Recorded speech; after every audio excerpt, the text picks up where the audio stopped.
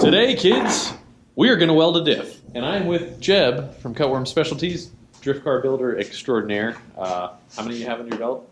4 or 5? I've done pieces of drift cars, and then I've done full builds, and so it's just different stuff. Okay. Well, lots of stuff.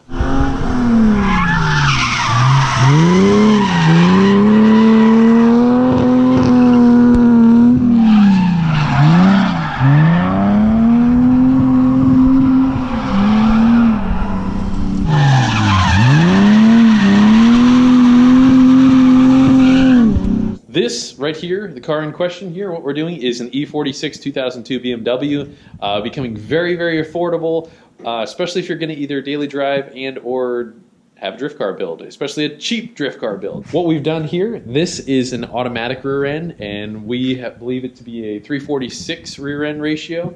And the car actually came with a 307, so we should be able to have better acceleration and really be able to kick the tires a lot easier. And we're going to show you how to do this. The pink paper is special paper. That's our drain, kind of like absorbent stuff right there, ish. So we actually pulled this thing apart the other day and let it drain for a while we were tackling some other parts and projects. This obviously could be cleaned up. We will be doing that very shortly, and we are going to show you a clean way. Not necessarily MIG welding, but you can MIG weld this if you wanted to, but Jeb is going to show the clean way. Why you wouldn't. Yes. So this differential right here, you know, they seem to be able to hold up to a very decent amount of power. And you were kind of saying before about, you know, with drifting, the crush sleeve is something that you modified specifically. And you said in certain aspects and certain people, it really is. Certain vehicles, it's really a problem. Okay.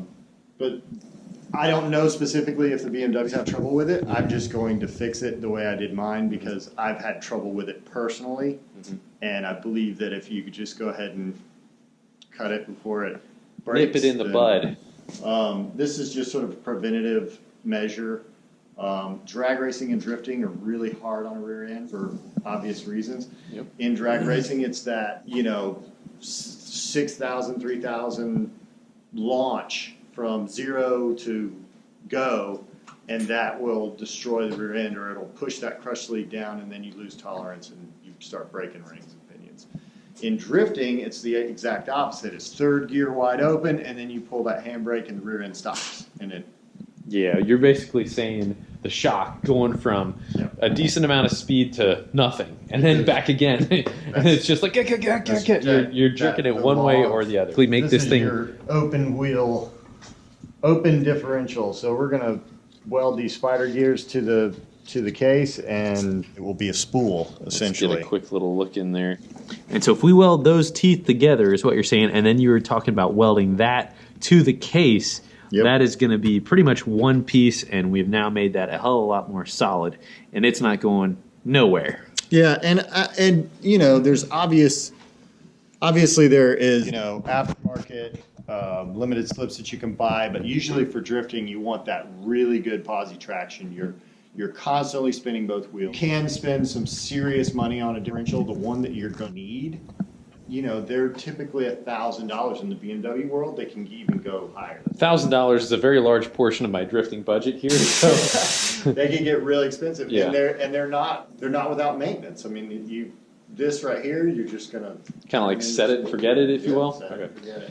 Well, we have a very limited amount of power. So we've dynoed this car, and it's right near about 200 wheel horsepower. We have intake and exhaust. We don't even have it tuned yet. Don't know if we're going to really be able to pick up too much with that. This differential, I feel, is still going to match what we're going to do, even when the power gain or when the power grows. So when you have a certain amount of power, you want to be able to match that differential to the power that you're at. So say, for example, you know, I come from a domestic world where we're making, you know, typically a bunch more power, but if the car is kind of under, say, 400, 450 horse, you might, you know, want to run a 410 gear or something like that. In your wheel and tire size makes a difference. Yes, absolutely. So I think in fourth gear, we're about 120 some odd miles an hour. I think when we change this, we'll be somewhere about 107 miles an hour. So I think we'll still be in great shape. You know, it's going to make the speedo a little off, but... Yeah. And hopefully the tune can fix that. I don't know too much about the BMW tuning. But okay, so most commonly I'd seen some other videos of guys on YouTube doing MIG welding. on this, and that is, you know, it's kind of a, you can do it that way, but you better make freaking sure that nothing like the little piece of wire or a little piece of slag or a little piece of spatter that come off is caught in between the gears. Definitely can damage the gear. Jeb is an absolutely cream of the crop, top TIG welder that I have seen. So I want to show you some of the stuff that he's done, and I think that you'll agree with me after. This man's metalwork is absolutely top notch. I mean, anything from building this car to building tools to be able to do this, like, I mean, all made in-house. Look at this. It's incredible. What he can see and what he can make is, it kind of blows my mind. Made this whole planishing hammer and shapes his own metal from that. Kind of nuts. Some of Jeb's other work can be seen in our twin turbo Coyote tuning project that we had, that he built that car from the ground up. That car's not here right now because it's actually at another shop because we just got done dyno tuning it a couple days ago. 3-pound seats. Jeb's always kind of dreaming of some crazy stuff here, so he makes some hydro brakes, which I actually just bought this one the other day. This is also going to be part of our project here. So check out what he does with that. You can check out his things at Cutworm Specialties. So Jeb makes these in-house right here in the good old US of A here. These will work in anything from an E21 all the way up to an E92. Anything with 3 pedals, he says, BMW-wise, this will work. Pretty wicked deal. He has different shafts and different knobs, has different lug nuts that he makes, all sorts of other types of goodies. So definitely check it out at Cutworm Specialties. Has a pretty banging product right there. Custom snap ring pliers. I want to get a grunt or an O out of you. Okay. Oh, yeah. That was extra creepy, but I like it. And well done, sir. Okay. I want to show you something very specific about this. This is not your ordinary snap ring. Okay. If you read right there, it's kind of hard to see. What does it say? It says 6.70.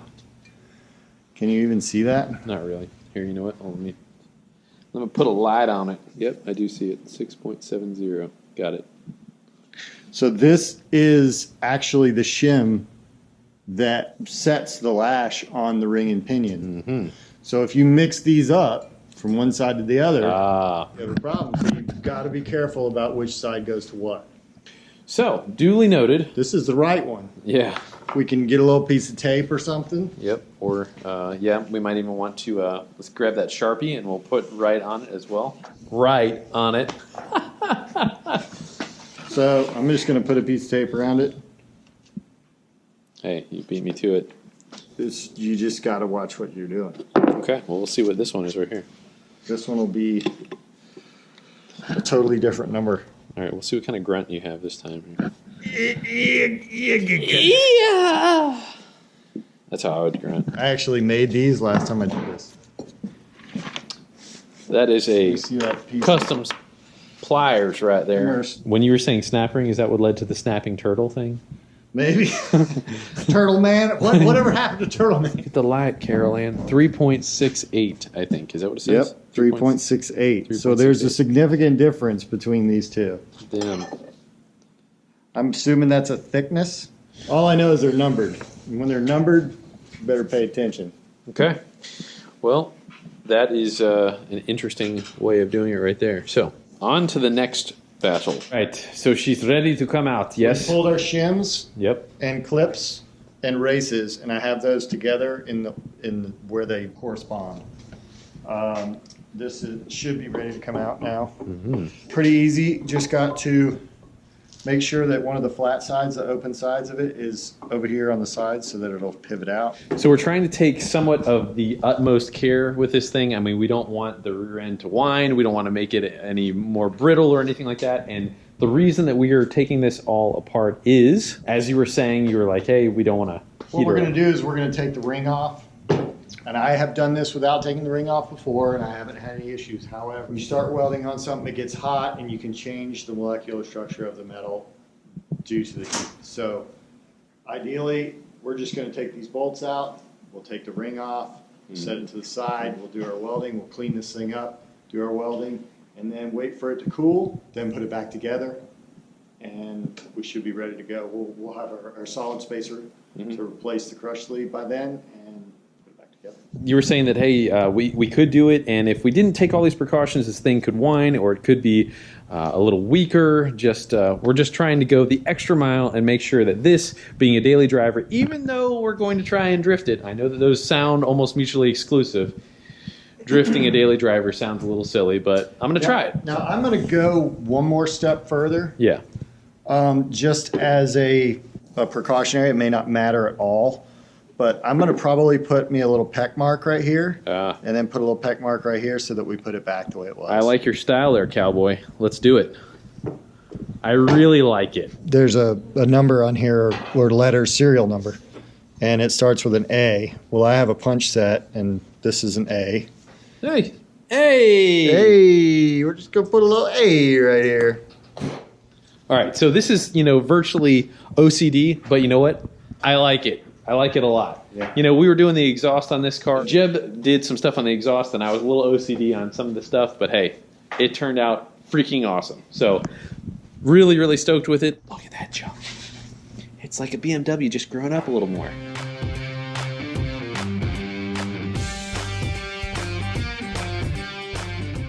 So Liam, the ladies, they really like it when you get your hand full of this. Hey, these gloves fit you good. And swipe it through your hair. It's like cologne. No, it's not. You don't believe me? You do it. You try it and they will come running. They love it. Jeb's got like a tub full of this stuff at his house, and that's why he's got Oh, a you think they keep it up slick? he's got a wife and 2 pretty girls. There you go. That's what happens. Look at mine. Yeah. So we'll fix that up real quick here, okay? No. Look here. Let's get a little bit. No, stop. A little sauce. Put a little sauce in your hair. We have our pinion out now, Yes, and this little magical thing right here it's the crush sleeve. is the crush sleeve. Take a look at that.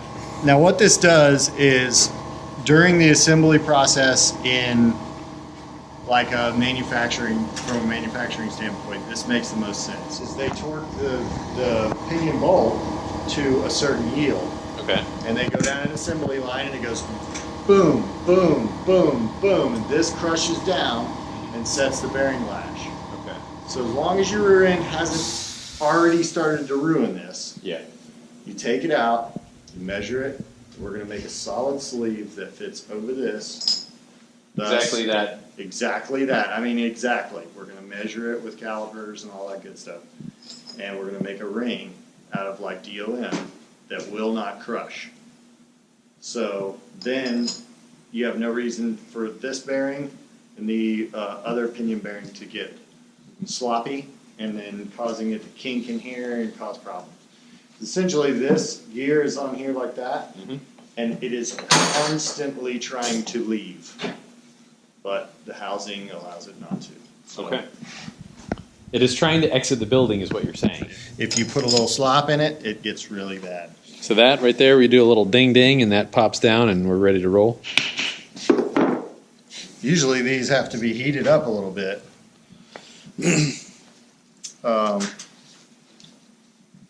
Which we may have to do that too. I know that goes against what we were doing. Sometimes you can warm this just a little bit with a torch. Warm it up and it'll fall right off. So I like to start by welding the spider gears together first.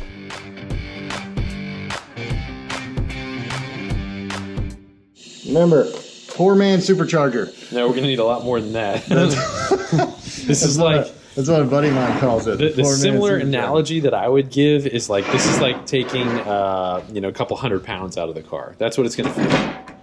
And I mean, you could say a supercharger is kind of the same way, in the fact that you're adding a bunch of torque. Yeah.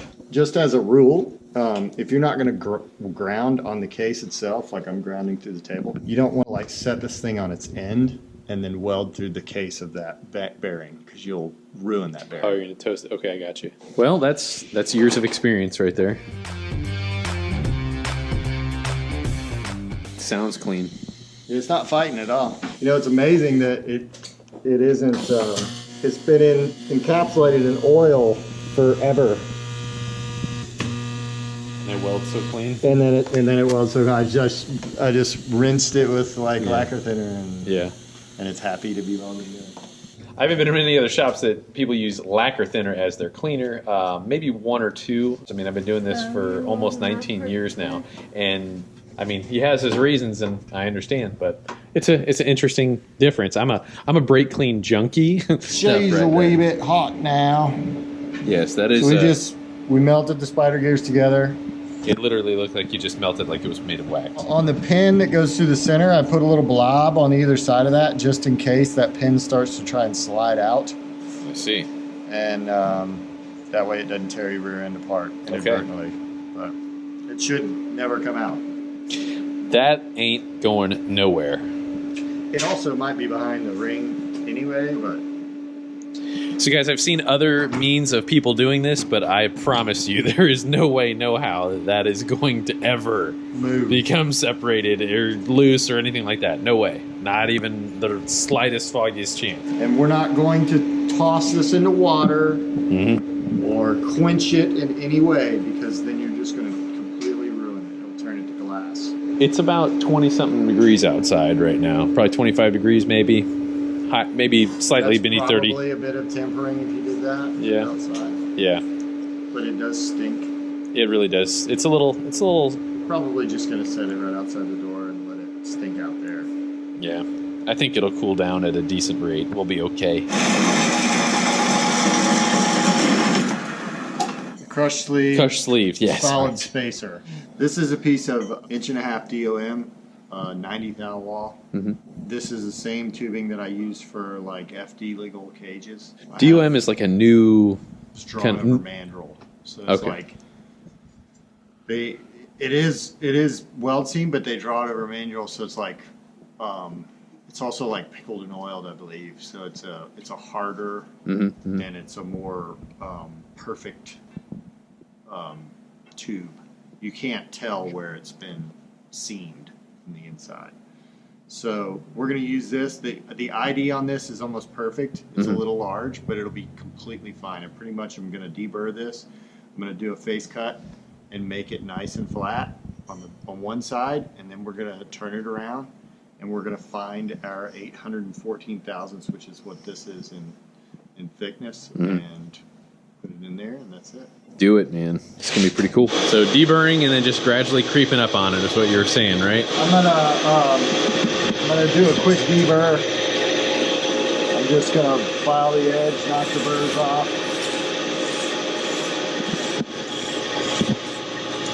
That's the quick and dirty.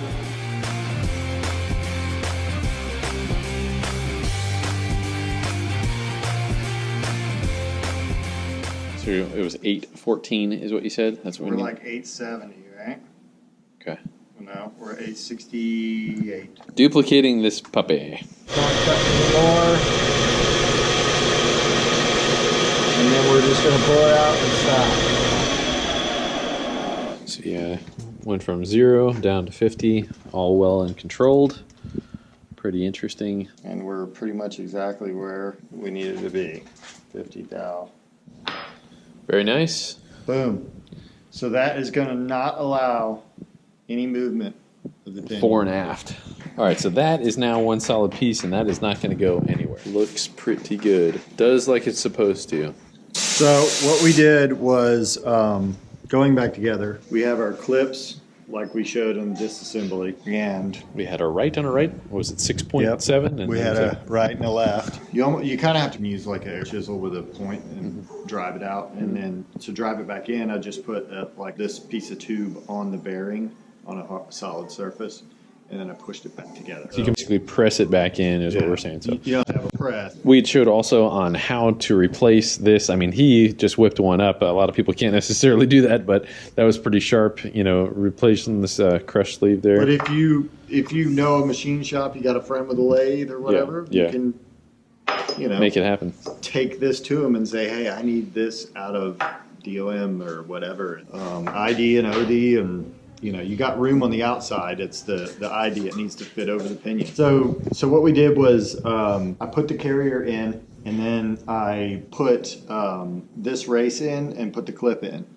Slid it down against it, and then started tapping the other one into place. And then you have to bring the clip in there, and it should go together tight because it obviously has a tolerance. And just to reiterate again, you know, like we said, we had one clip on one side that had what we believe to be a certain depth. We actually didn't really measure it, but again, just disassembling exactly the same way and reassembling. If they have a number, you better put them back where they were. Yeah. All right. So that's it. Now we ran into a little predicament in that we're about out of time. I'm going to have to go back to Florida here very shortly, and this is the they called it a CV axle seal is what they called it or something. So we ordered what we thought was the right thing. It did not. Well, something came in, but it wasn't actually what we thought it was supposed to be. We ordered something and it did, and this is not what came in. So, trying to get the next part is going to come back we're up talking Tuesday. Like multiple places getting the wrong part number. Yeah. I'm not undersure. I don't know why, but anyway. That is that. So we'll put this in. This thing should be about as bulletproof as we're going to be able to make it on the budget. So next thing though is we got to do some angle mods and try and figure out what we're going to do. You know, so I'm going to try and look to you for advice. But before we totally cap this off, no pun intended, we have a cap For this. Not so much for that, but for the roof of the car. Oh, we do? When I had pulled the sunroof, I was totally, absolutely committed. Jeb was saying, hey, that's a decent amount of weight. He was absolutely right. It was. Sunroofs are also like, for a sports car, sunroofs in a sports car never made sense to me. Broken. It was a broken one, too. So, you know. Sunroofs are in the wrong, it's weight in the wrong place on a car. I'm a hardtop guy personally. I am too. I like that, and I like to feel, you know, kind of enclosed in it. But so that's gone. We took the weight out of it, but I've had this gaping hole there, and it makes a terrible reverberation. You know, with like the, you know, wind. The wind noise is absolutely horrendous. So he's whipped up a top, and we got to kind of finish that off, get that thing in. Plus, his shifter is going to go in the car, and that's going to make an awesome difference. So I just drove his car for a very, very short distance, and I absolutely love the shifter. I hated my stock shifter, so I think that this is going to be an absolute win. Definitely check out this shifter. By no means is it like some Chinese junk. This is absolutely American, top-notch, well-engineered stuff. Yes, 100%. Sir. Pretty awesome unit, and we are going to run out of time to do the hydro brake as well. We're going to hit that once we get back to Florida. That is going to have to, we'll have to figure out what kind of fittings and stuff we need, and we're going to go from there. Wanted to say a big thank you to Jeb Greenstone from Cutworm Specialties. Really couldn't have done all this stuff without him. Had some really, really cool, interesting information that he shared with us. Plus, he is a metallurgical magician. So, guys, check out his Instagram. That's Cutworm Specialties Inc. Give him some support there. He has a lot of different and very cool products. Want to wish you guys a happy holiday and a very Merry Christmas. It is so much better to give than it is to receive. We have a giveaway that the last two items are a BTR cam kit and an MPVI 2, which is a brand new product from HPTUNERS. Any purchase this December enters you into that drawing. So, congratulations to Matt Wiggs. You are the winner of the socket set as well as the Fasterproms merchandise. That brings us to the next giveaway. We have a 12-volt cordless ratchet set, 34-piece socket set. This is pretty darn sweet. I like this thing a lot. Use this on a pretty regular basis. Also, I have a long-standing relationship with some safety glasses, if you guys have been watching for a while. So guys, if you haven't seen some of our videos before, we've got a lot of different things across the board. When I get back to Florida, I will be tackling some of the C4 restoration project, as well as the weather is really good in Florida, so we're going to get back to our 9-second Caprice cop car project. That'll be coming up shortly, along with our LS3-powered 540 wheel horsepower Miata, as well as our supercharged 675 horse Escalade. We've got those builds in some older videos, so do check those out, and stay tuned, my friends. God bless you guys. Thank you so much for watching. We'll see you sometime soon here.